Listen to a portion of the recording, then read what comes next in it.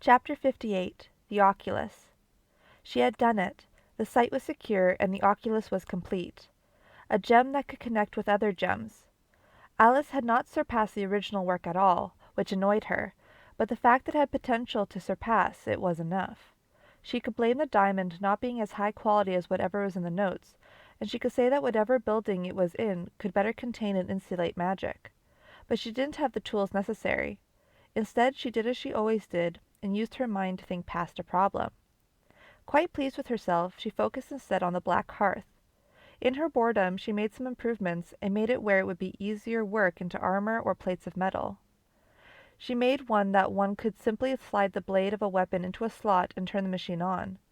It would spray and pressurize nephrite into a weapon. Although the prototype was useful enough, these little touches Darius always demanded ended up being quite practical. If she really wanted to, she could now easily add nephrite to her tools if it came to it. Plates of walls could have nephrite.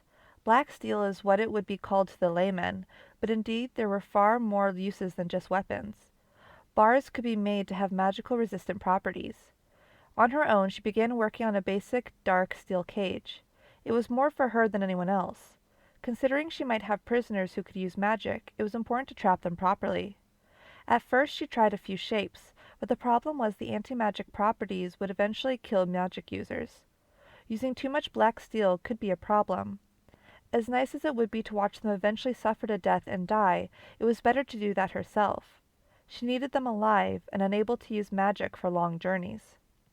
They needed air, and ultimately the less metal used the better. She supposed there should be slots open for being able to reach in. The simple thought occurred to her of a bird cage. There would be enough nephrite to reject magic. It wouldn't kill them in most circumstances, and it would require minimal metal. The idea of a bird cage also made her giggle at the idea of having trophies of people kept in cages.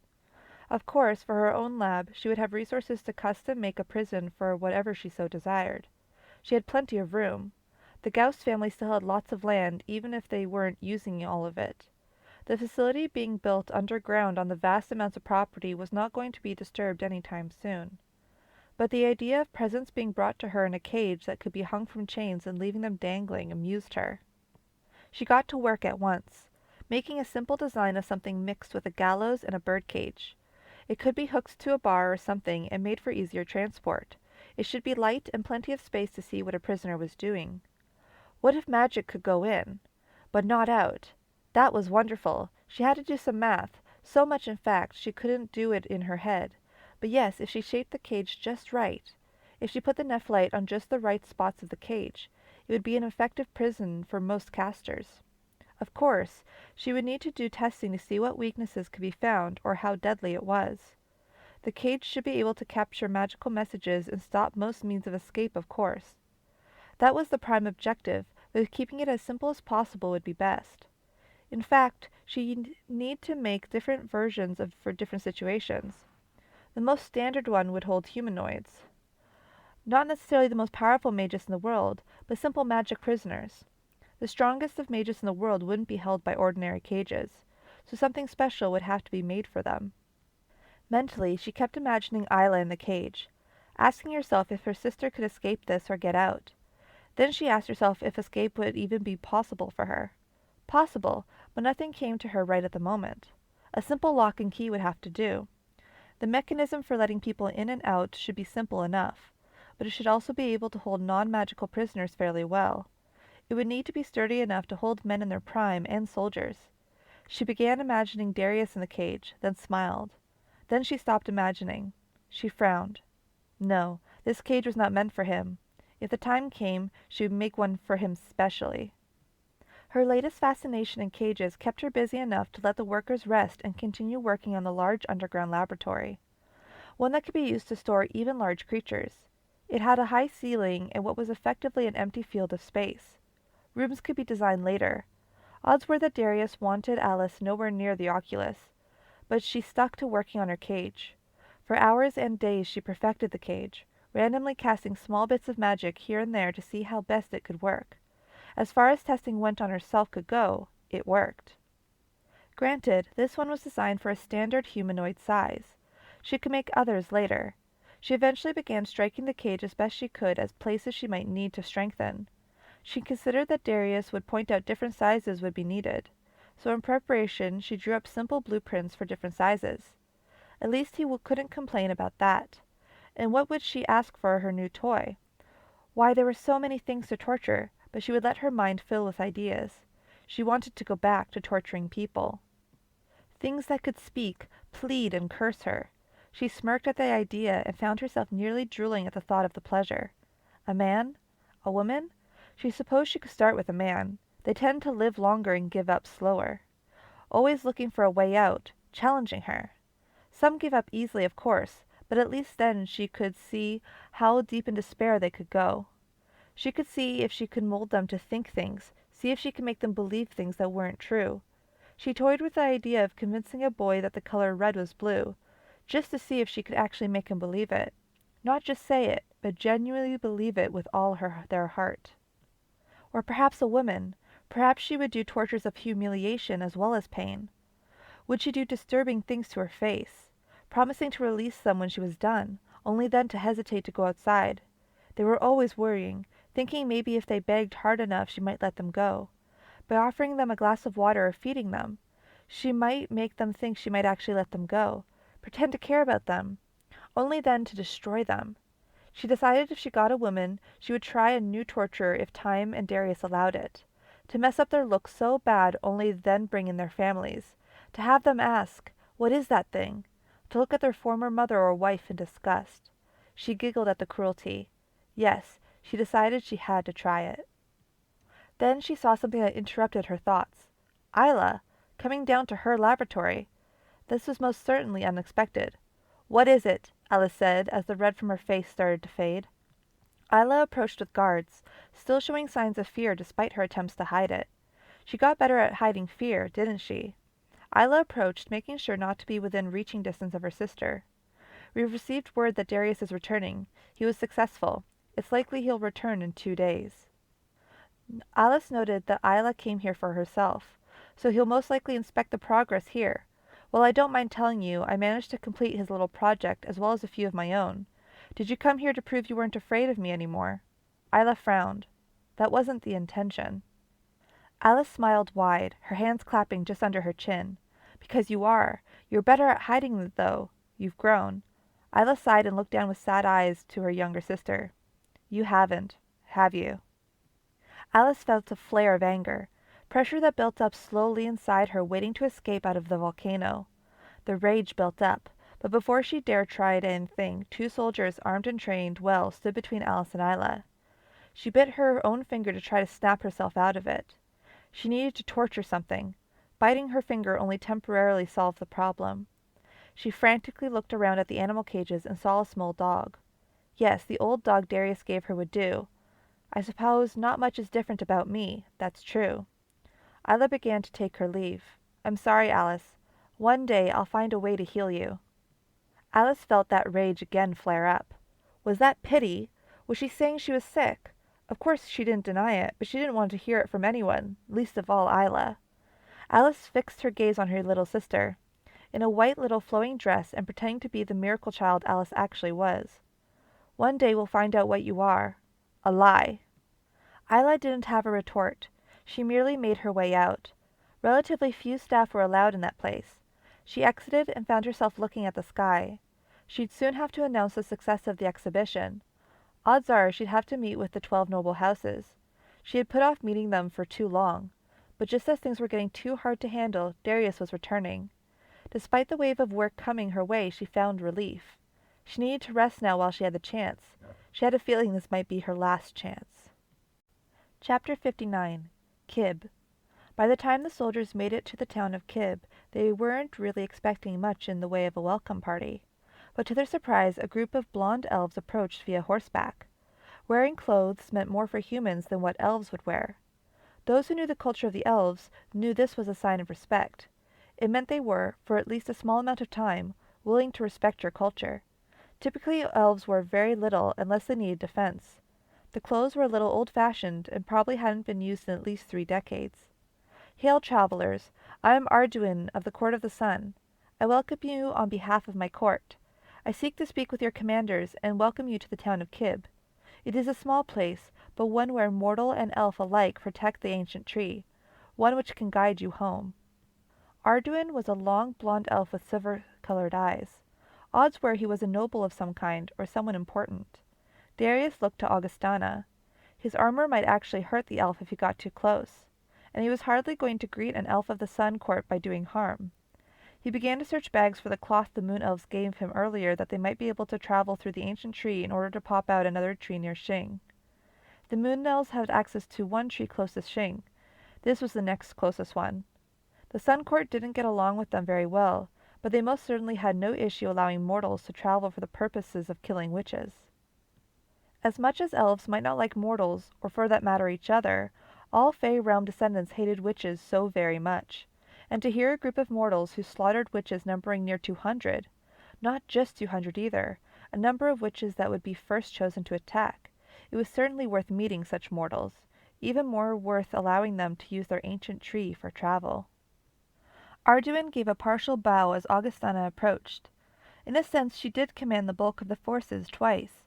Also, she was a less offensive choice than the black-armored Darius. She began, "We are an alliance, but I am one of the commanders. I pray I will suffice." Arduin looked at her and immediately found himself liking her, if nothing else for the fact she was blonde and attractive, even by most elf standards. The light radiated from her as only a true paladin. The Sun Court certainly would be glad to see this was the commander of those hosts of men. "My lady, I first of all would like to extend sincere welcome to you and your men. Your company has done a great service, greater perhaps than you know. Your name, my lady?" Augustana let him kiss her hand. He seemed to insist, but he did so quickly and without being intrusive. She nodded to him. "Many are tired, some are sick. We must return them home at once. I am called Augustana, but the true command is not me." She spoke honestly, but the elf reacted predictably. "You are far too humble. Your service to the sun is noted, and we should be glad to provide you with a way home. It is being prepared as we speak. It will take some time for all to pass. Pray tell that we shall send the injured first. Let the light show them mercy. But please, tell us stories of your victory, that we may ourselves hear the story from the heroes themselves. A feast shall be prepared. Do you accept?" He opened his arms and shouted to the carts as he said "feast," getting a number of cheers. "Then it is decided. You shall be our guests this day. Please be at ease and accept the full hospitality of our court." Augustana supposed it was unavoidable. She approached Darius. "Any objections from you or the houses?" She knew not what Darius was planning. Darius got out of the cart. "None. I just asked to escort the injured back home. I need to return quickly to prepare the sick and injured. I can get them treatment. I'll also be taking the witch prisoners and the black blades with me." Black blades were now slang for the people who used them. Augustana asked, "Does that include Meridus?" He was indeed a user. Darius looked at Meridus, who slept on a cart. "No, I'll just need to make use of his weapons. We'll take all of them through the portal. I don't want the elves near them. There's a lot of reasons, but they can't look at them, not now. If you can suffer through it, tell them stories of your victory. Leave my name out of it as much as possible, if you wouldn't mind it." She didn't understand it, but it was you who brought the troops here. Darius knew that, of course. Act like it was a group effort. I doubt anyone will correct you. If I must be mentioned, simply say I was a part of a group. But the main victory goes to you. You held the line twice. No easy task. Please do this. Accept what praises they give. I have no need of it. More or less he told Meridus the same thing, and a few others as needed. Most of them didn't understand, but some did. He didn't want to be famous. He wasn't going to join the parade. He barely even accepted the smallest amount of credit. He spoke to Kenzin, and he seemed to understand. The hunters were the easiest to accept. He didn't wish to be mentioned more than necessary. Naturally, he was more than fine with them embellishing their own exploits in battles. He began arranging for the injured to be carried, and the black blades covered their weapons with strange clothes that they could travel through the tree. Darius was one of the first to pass through the tree and exit. The party itself looked to be a grand feast, and he was impressed they were offering meat as well as vegetables, although he supposed they would sense enough to offer meat, at a feast for mortals. Through he went, and after a dizzy trip he came out to the other end. The moon elves were quick to catch him. Darius looked up to see Selreth. "It's done," he said. The Moon Elf smiled. Indeed, we have heard through the trees that many witches were killed, numbering as great as 200 deaths. Your injured are coming first? That was definitely the case. Darius was glad to see they were already preparing blankets and healers to handle whatever could be easily handled on a cart while the injured went back. May I leave the task of getting them home to the Moon Court? You have my trust to do this. Selreth gave a short bow. The moon hides you. Consider it done. We are proud to call ourselves to Shing this day, but know that a special place for you shall be in our tales. Darius shook his head. I'd rather not be mentioned much in Shing, if that's possible. Selreth smiled and understood, but clarified something to Darius. Colonel Darius Urn, you may not wish your enemies to know of you, but know we shall never be your enemies. For what you've done, you shall not be forgotten. Our tales are for us alone. We of the Moon Court promise to keep you secret if you wish, but you shall not be a secret among us. Let the sun be so foolish to think you have a little part to play. He supposed he couldn't command them to do otherwise. Darius looked to Shing. I have much more I want to do. There are many cults and evils to destroy. I would rather not be well known by them. I would rather their guard be down. Selreth smiled genuinely. A true hunter of night. Moon's tide upon you.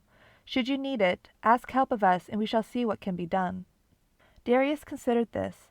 The dark elves were certainly a target that might come later. He leaned in to Selreth to whisper a secret. There may be a time when the dark elves are my enemy. Be ready for such a time. Selreth smiled very wide. His eyes narrowed and filled with pleasure. I will make preparations, many preparations, and would be glad to count on it.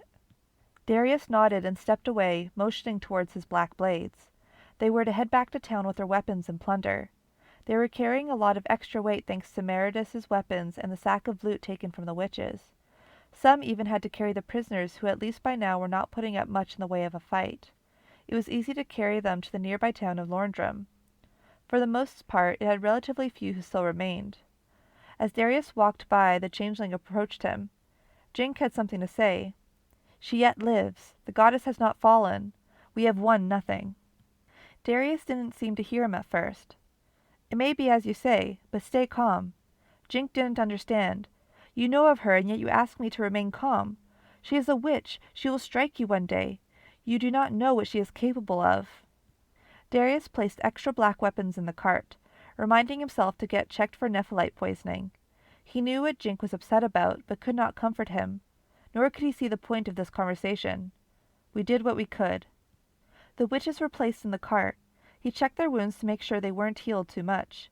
He had to make a cut to a tendon that had healed. Alyssa and Abigail groaned. Apologies, but it is necessary. Darius kept a couple of his men with him and set off early without the wounded, making sure that the black blades were in the cart. All of them. He traveled with haste to Shing, stopping only when he was sure he was not being followed at his grounds. His guards saluted him, and he spoke to the guards. Get these inside. He took off his armor and added it to the pile on the cart, keeping a lead-cased sword on him only. Upon hearing the new Thanatos grounds, he had to admit it was more spacious than he had remembered. Then he made his way to where painkillers were being worked on. Then he made his way past several secure rooms until it was time to enter the secret basement, one that was large and only trusted could work. Inside he found Alice, who immediately began bragging to him about her work on the Oculus. She did make it work. The gems they gathered from noble houses also were ready. Good. This will do, Darius said, putting his hand on the giant diamond. Alice still had no idea what he intended to do with it. The place was fortified well. It had some room to grow, but for now it would certainly work for his intended purpose. Then he looked to Alice. Your laboratory is complete? She showed it to him, rather proud of herself, at the black hearth forge, and even showing off her new cages for him to bring her prisoners.